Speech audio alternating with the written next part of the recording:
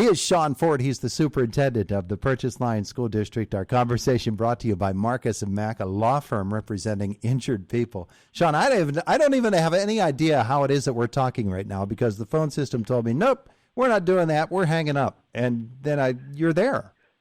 It's like a miracle. Technology, it's great. No, it's really not. but it is something that we all have to deal with. And we'll get into that in just a second or so because I know Purchase Line made some news with their school board meeting last night. But let's start where we always have to when we're talking about schools, and that's with COVID-19, the update from Purchase Line. Of course, we heard over the weekend about a concern and handling that, and that's what every school district has to do right now. What's the situation currently? We're navigating that, Todd, really daily, and whether it be from we had to close down our elementary there a couple of weeks ago to quarantines, and so it's just a daily navigation. We work with our Department of Health, and we just kind of. That's just what we do now. It's just part of our daily process now. You have to cobble things together at this time of the year, don't you? Absolutely. Every day is a challenge. It's like I said, it's just become our way of life, and so rather than fight that, we just kind of deal with it and say, how do we make the most of this? That's why we did all the planning this summer in anticipation of this. All right. Well, a part of that whole formula for educating students has to be remote learning, which in the Purchase Line School District, as with most of our Indiana County school districts, is a challenge because of connectivity issues. So last night, we're talking about the $10 million project, and Purchase Line, the school board last night approved the project from T-Mobile, trying to get wireless internet to families who need it. And I know that has to be pretty heartening news to you that there's something like this available. That was probably when we found out that was available, and then we got the grant.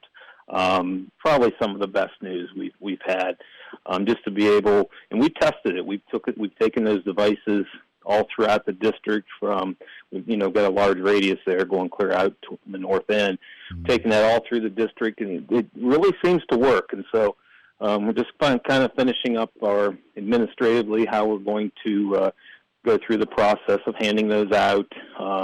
We have applications, so we're getting ready, and our parents can be looking for that hopefully here in the next week. So, well, that'll relieve a lot of people, won't it?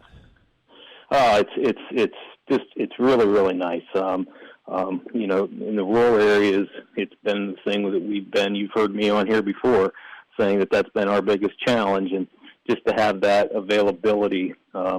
Especially as the cases have increased and we have more kids on remote and they come and go, it'll just be a very nice feature. Yeah. So, one of the things we talked about last month and the month before is that school districts, of course, all had laptops and pads that were on back order. Did everything get straightened out with Purchase Line? I know you were pretty strong right from the start, weren't you? Yes, we were fortunate. We had everything at the beginning of the year. We were just waiting for some devices in our lower elementary, and but even at that, we had other devices that we've used. So yeah, every student has some sort of device availability. That's good to know.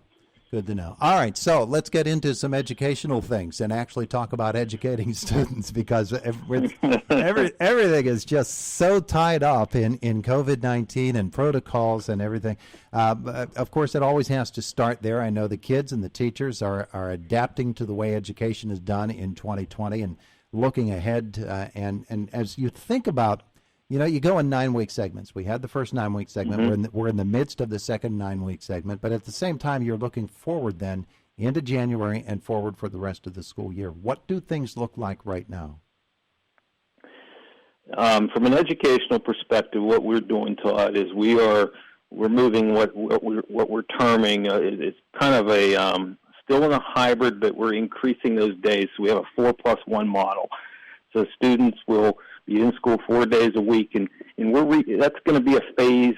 It's starting now, and then we'll be done with that phased part December 7th, at least tentatively. Those are the dates. Mm-hmm. So over the next month, we'll have all students back in session 4 days a week, Friday will remain focused on the remote learners. We still have over 100 students choosing full-time remote.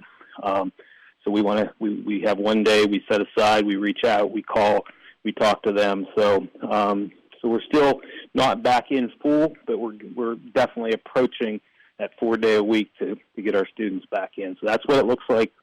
Will look like here over the next month. And of course, Kurt Weitzel from Homer Center put out that letter yesterday and said, things could change in a day. Yes, absolutely. It can happen that quickly.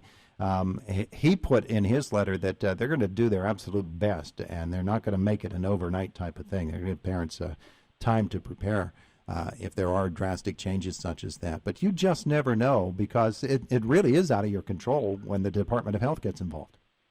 Yes. They keep saying, as a matter of fact, I just read an article this morning from Penn Live that the director of the Department of Health said there's no plans at this point for them to do a full shutdown of the schools again like they did in March.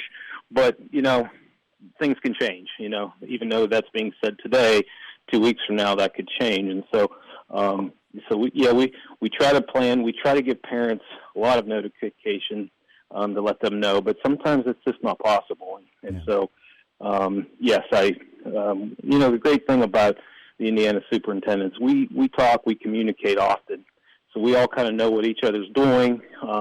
We all kind of are on the same page. We all do things a little different, but we're a close group. Yeah, absolutely. Okay, so I know that you're very, very proud of the football team for what they did, and you had an athlete on the cross country that made it into the state tournament, and but we're getting to the point where we're putting to bed those fall sports and starting to think about opening up for the winter sports, and there will be certain things that have to be done differently with winter sports too, and maybe even more so than in the fall, because everybody's inside. Yes, we'll adhere to the limits that are out there. We have the indoor limits. We know what that is, and so just like we did in the fall sports. And, of course, in the fall we started with, nobody really coming to the stadium, and then we were able to add a few, and then it was nice at the playoff game. We played down in Altoona. And it was nice because there was a lot of space there, so we had a lot of our fans there, had our band back there. It's been nice the last couple weekends just seeing all that again. And yet having enough room to do your social distancing, people were wearing their masks. So I think it was, that's what I told the board and told the community last night. Just so happy that those students got an opportunity to participate this fall. Just thrilled at that. So it looked like they might not be able to. So yeah, just to get that in. Absolutely. Absolutely. We were talking last hour with Mike Minnick, the junior high principal at Indiana, about other activities beyond sports and some of the traditional ones. Academic competitions, those still go on, however, done virtually. And I know that Purchase Line students will be involved in some of those. And it's difficult for those students to have to miss that opportunity to mix in with students from other schools and see what they're doing. But at the same time, it's really important that they get the chance to do this. Right. Well, this weekend we're actually having our fall play, and we're going to do that in the auditorium, and we have a maximum capacity, and we have that over 2 days. And so yes, and there are a lot of the organizations have switched to virtual. So we plan on doing that. And so as many of those that are opened up, we still want to encourage our students to do that for sure. Matter of fact, it was funny. I read the newspaper this morning, student newspaper. I was up early, 5:30, and I wrote to the teacher of the newspaper, and they switched this year to an online format, and I just really enjoyed reading it. So we're all adapting, all changing, and trying to give those students the opportunity to do the things they've done in the past. Yeah, Shawn, in my world, 5:30, I call that lunchtime. You call that being up early. I tend to get up early, get after it. So. Yeah, well, that's a great way to approach things. And when you think about it, you have faculty members at the school, and I hate to keep focusing on COVID-19, but you've got faculty members that are veterans that have been there for a long time. Some might have health issues, but it's really important that people of a certain age follow a pretty healthy routine. And maybe at this time, because 2020 being what it is, they've actually upped their routine and maintaining that health through the cold and flu season, and now COVID-19 added into the mix. That's going to be really important here coming up because substitutes are hard to come by these days.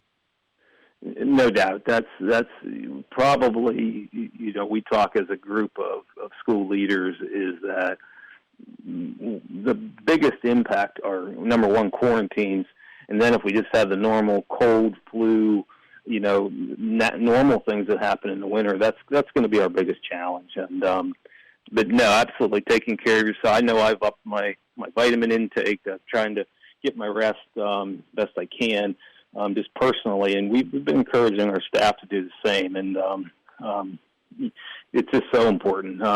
You throw COVID in on top of your normal winter cold and flu season. Yeah. So. Yeah, I had a football coach tell me one time that he's also a teacher. He said, I can guarantee you that by the second week of September, everybody in my house is going to have a cold because you all get together and it's the first time you've been exposed to others, and boom, you get it. So, yeah, everybody's on that lookout right now, aren't they? Absolutely. Absolutely. So, yep. Everybody trying to stay healthy in the Purchase Line School District and everywhere else. Shawn Ford, thanks so much for being with us this morning. We appreciate it. Hey, Todd, thank you. Thanks for having us, and continue your good work. Appreciate it. Have a great day. We'll see you. Yeah, bye. Yeah, bye.